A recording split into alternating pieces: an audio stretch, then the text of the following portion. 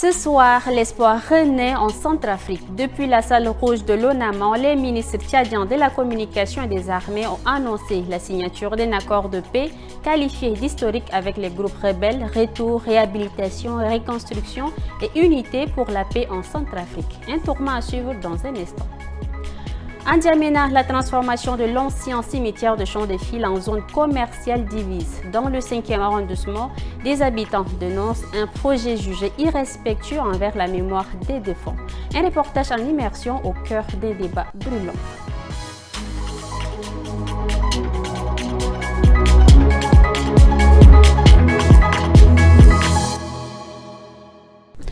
Bonsoir à tous et bienvenue. Dans la salle rouge de l'ONAMAN, les ministres de la communication et des armées ont annoncé les détails de l'accord de paix signé à Bangui avec deux groupes rebelles. Un succès diplomatique porté par la médiation du président tchadien. Le récit d'Embaïlasson Emmanuel et Solmengar Maxime.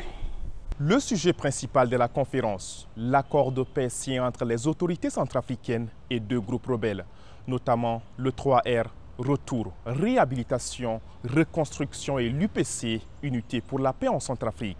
Cet accord a été signé le 19 avril à Bangui, sous la médiation du président tchadien Mahamat Idriss Déby Itno. Des questions se posent sur la présence des rebelles en territoire tchadien. Le gouvernement se veut rassurant.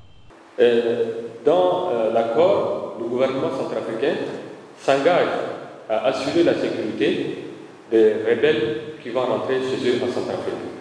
Ça, c'est la première chose. Deuxièmement, le gouvernement centrafricain s'engage à faire participer les ex-rebelles dans la gestion de l'État centrafricain. C'est-à-dire qu'ils auront la chance de participer au gouvernement centrafricain, ils auront la chance de participer aussi dans l'armée, c'est-à-dire avoir des postes dans l'armée. Ils vont être réintégrés dans l'armée, les ex-rebelles. Le gouvernement centrafricain s'est engagé à appliquer l'accord, dépôt des armes, dissolution des groupes armés, une mise en œuvre attendue dans les prochains jours à Bangui. Ce vendredi 4 juillet, le ministère de la Santé publique a dressé le bilan de sa récente campagne de vaccination en présence des partenaires techniques, financiers et leaders communautaires. Que faut-il retenir? Djekoro de Marmel et Abakar Lambert font le point. Cette réunion a permis de dresser le bilan de la campagne nationale de vaccination, combinant la lutte contre la polio, la distribution de vitamine A et l'administration d'albendazole.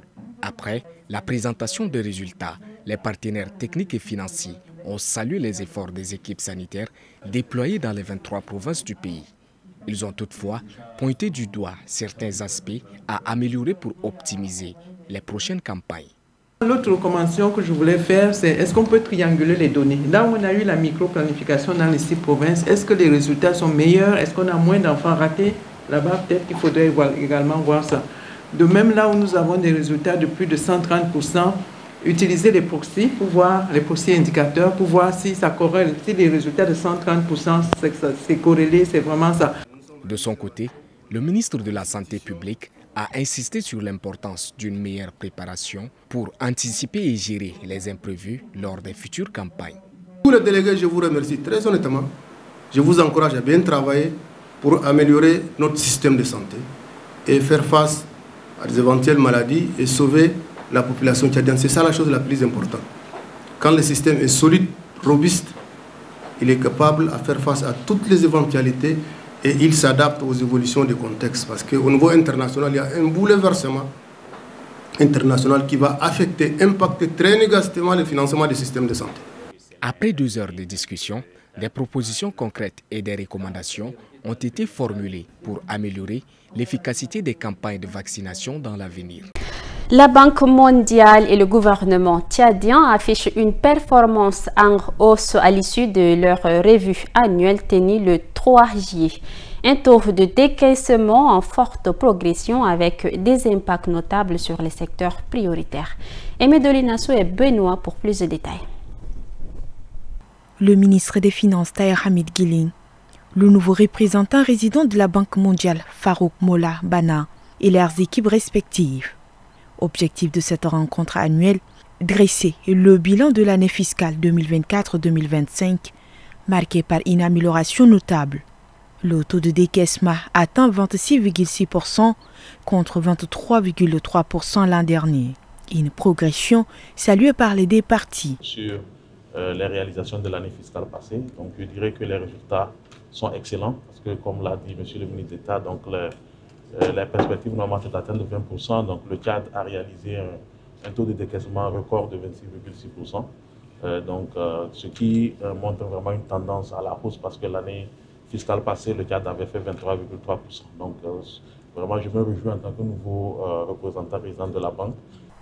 Le représentant de la Banque mondiale se félicite de l'impact concret sur des projets structurants dans plusieurs secteurs, éducation, santé, agriculture. Dans un pays où les besoins sociaux restent importants, ces fonds visent à accélérer le développement tout en répondant aux urgences. Nous sommes en moyenne au-dessus de la moyenne des décaissements d'Afrique du centre et de l'Ouest, mais aussi au-dessus de la moyenne mondiale des décaissements qu'il y a à la Banque mondiale. Ça a été quand même un moment de satisfaction et de remerciement vis-à-vis de la Banque mondiale, mais aussi un moment d'encouragement et d'expression de notre gratitude à l'ensemble des responsables des unités de projet. Le ministre des Finances insiste sur la qualité de la collaboration et l'importance de mieux aligner les projets avec les priorités nationales. La Banque mondiale et le Tchad entendent poursuivre ce partenariat renforcé pour aller plus vite, plus loin, au service des populations. Depuis le siège de son parti à Abénin, dans le 7e arrondissement, Néato Bidi Valentin, président du Parti africain pour la paix et la justice sociale, revient sur les conflits meurtriers entre agriculteurs et éleveurs dans la région de Mandakao. Extrait proposé par Nadilom Fizini.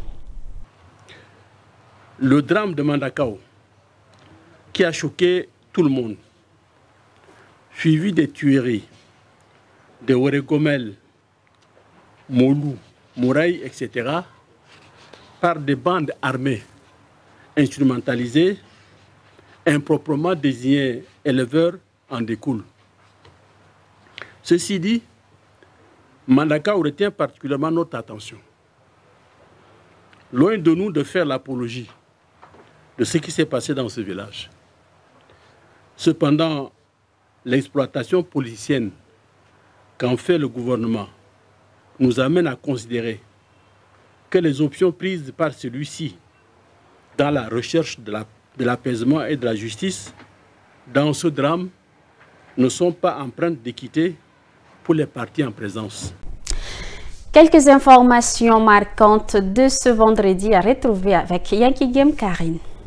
La police nationale tchadienne a présenté à la presse ce vendredi au commissariat central numéro 1 de Gardolé 8 individus au profil criminel distinct neutralisés lors d'une opération majeure. Cette action s'inscrit dans la détermination des forces de l'ordre à assainir les quartiers et à mettre hors d'état de nuire ceux qui sèment la terreur dans la capitale. Ces présumés malfrats seront traduits en justice pour répondre de leurs actes. La police nationale a réitéré son engagement à veiller avec rigueur à la sécurité collective et à saluer le courage de ceux qui dénoncent ces agissements criminels.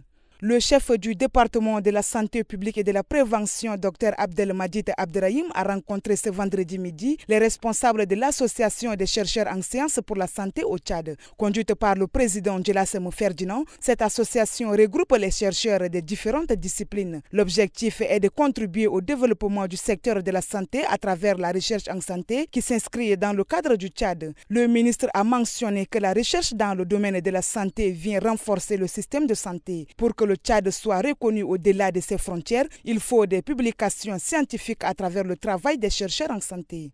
Et pour finir, le ministre de l'élevage et de la production animale, le professeur Abderrahim Await Ateb, a lancé ce 4 juillet 2025 à Fada, chef-lieu de la province de l'Aîné du Ouest, les travaux du 2e atelier zonal pour la relecture du projet de code pastoral. Cette relecture représente une opportunité de repenser le cadre juridique et institutionnel encadrant les activités pastorales en tenant compte des réalités actuelles du terrain, des mutations climatiques, des dynamiques démographiques et des besoins des différentes parties prenantes. Le ministre a dans son discours souligné que la relecture du projet de code pastoral n'est pas seulement une réforme technique, mais une véritable initiative de paix, de cohésion sociale et de développement rural inclusif. L'atelier zonal de Fada qui se déroule du 4 au 5 juillet 2025 regroupe des participants venus des provinces du Borkou, de l'Enedi Est, de l'Enedi Ouest, du Tibesti et de Wadifira.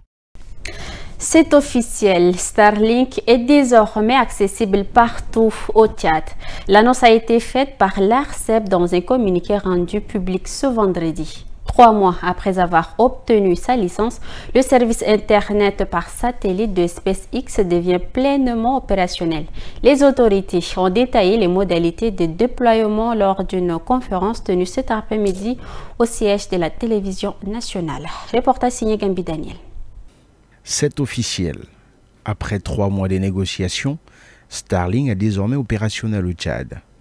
Pour 12 000 francs par mois, les abonnés bénéficient de 50 gigaoctets de données. Une offre à 18 000 francs CFA permet d'accéder à 250 gigaoctets, tandis qu'un abonnement illimité est proposé à 32 000 francs CFA. Les personnes ayant acquis leur kit Starlink à l'étranger disposent d'un délai de 2 semaines pour le régulariser auprès de l'autorité de régulation des communications électroniques et des postes.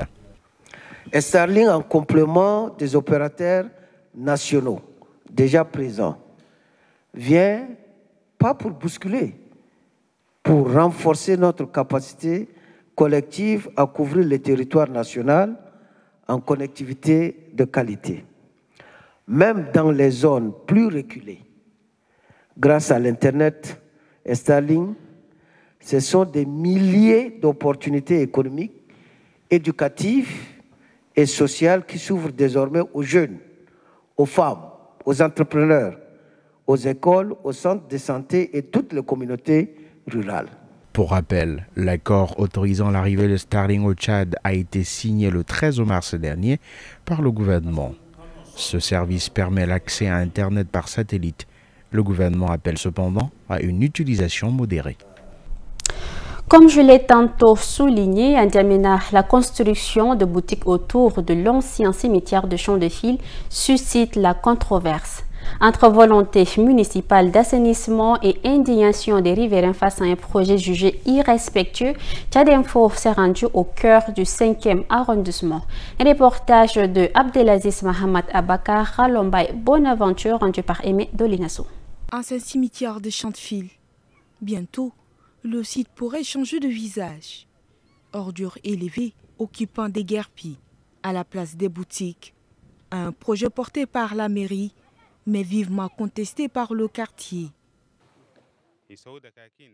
Nous ne sommes pas d'accord avec la décision de la mairie de construire des boutiques autour de ce cimetière. Nous avons même saisi le Conseil supérieur des affaires islamiques par l'intermédiaire de l'imam Abdedaïm. Ils nous ont remis un document officiel interdisant formellement la construction des commerces dans le cimetière de Champs-de-File. Transformer ce lieu en marché va à l'encontre des principes de l'islam. Il faut respecter les morts. Nous aussi, un jour à l'autre, nous y serons. Pourquoi cela ne se fait-il pas dans les cimetières? Pour elle, il ne s'agit pas d'un projet commercial, mais d'une action d'assainissement et de sécurité.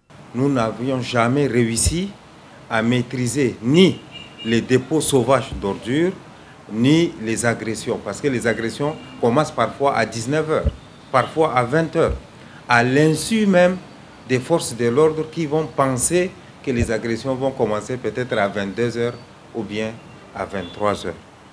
Donc c'est suite à ces différentes plaintes des chefs de carré, des délégués de quartier et même de la population environnante que nous avons décidé de commun accord avec les chefs de carré et les délégués de quartier pour trouver une solution définitive à ces problèmes qui est quotidien. Le cimetière de Champs-de-File date de 1988. Longtemps abandonné, il est aujourd'hui au cœur d'un débat entre mémoire, développement urbain et rentabilité de l'espace public. Et voilà, nous arrivons au terme de cette édition. Merci à vous de l'avoir suivi. Bonne suite de programme. À demain, Inch'Allah.